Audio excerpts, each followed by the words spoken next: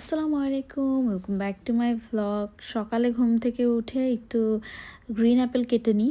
এগুলো খেতে খুবই টক, তাই আমি ফ্রুট চাট মশলা নিয়ে নিই সাথে, খেতে খুবই ভালো লাগে। আর সকাল সকাল আকাশে কি সুন্দর চাঁদ, আশেপাশে দেখছিলাম পুরো নিস্তব্ধ হয়ে আছে। আর আমার বাসার বারান্দা থেকে একটা পার্ক দেখা যায়। এই পার্কে খুব সুন্দর সুন্দর সাদা পাখিগুলো, আমি আসলে পাখিগুলোর নাম জানি না। প্রায় সময় আমি হয় সকালে না হয় বিকালে দেখি যে এরকম গ্রুপ করে ওরা ঘোরাঘুরি করে। আমি এয়ার ফ্রায়ারে কিছু নাগেটস দিয়ে এসেছিলাম, যে চেক করবো এখন হয়েছে কি না। নাগেটস ডান, খেয়ে রেডি হয়ে বের হয়ে যাই। আজকে একটু ভার্সিটিতে যাব, মেট্রোর জন্য ওয়েট করছিলাম। আর প্রচণ্ড বৃষ্টি ছিল বাইরে।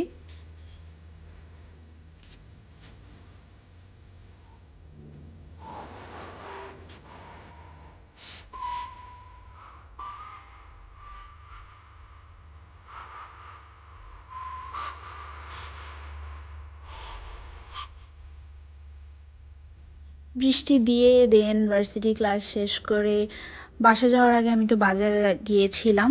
সেখানে পাস্তার জন্য পাস্তা সস, মাশরুম এবং বাটার যা যা লাগবে মোটামুটি সব কিছু নিয়ে নিই।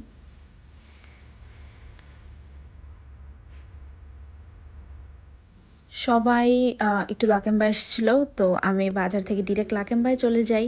দেন সেখানে আমরা ফুচকা খাওয়ার প্ল্যানে যাই, বাট আমরা যেতে যেতে দোকান সব বন্ধ হয়ে যায়। দেন ফালুদা নিই জবরদস্ত থেকে, খুবই মজা ছিল ফালুদা। বাসায় এসে আমি পাস্তা রান্না শুরু করে দিই।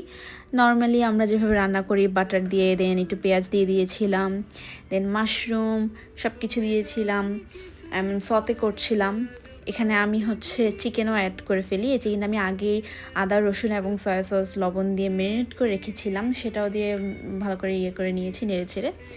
দেন আগে সেদ্ধ করে রাখা পাস্তাটা দিয়ে ফেলি এবং এই সসটা দিই। সসটা খুবই ভালো, আমার নাম মনে পড়ছে না, লেগো সামথিং এরকম কিছু একটা ছিল। পাস্তা রান্না শেষ, খাওয়া দাওয়া করে দেন আমি ব্লগ দেখছিলাম। মারিয়াম আপুর ব্লগ আমার খুবই ভালো লাগে, আমি সবগুলো ব্লগ দেখি। দেন মাইশা আপু চিকেন কারাই রান্না করেছিল, আমরা সবাই মজা করে খেয়েছিলাম। আজকের ব্লগ এই পর্যন্ত, নেক্সট ব্লগে দেখা হবে। আল্লাহ হাফিজ।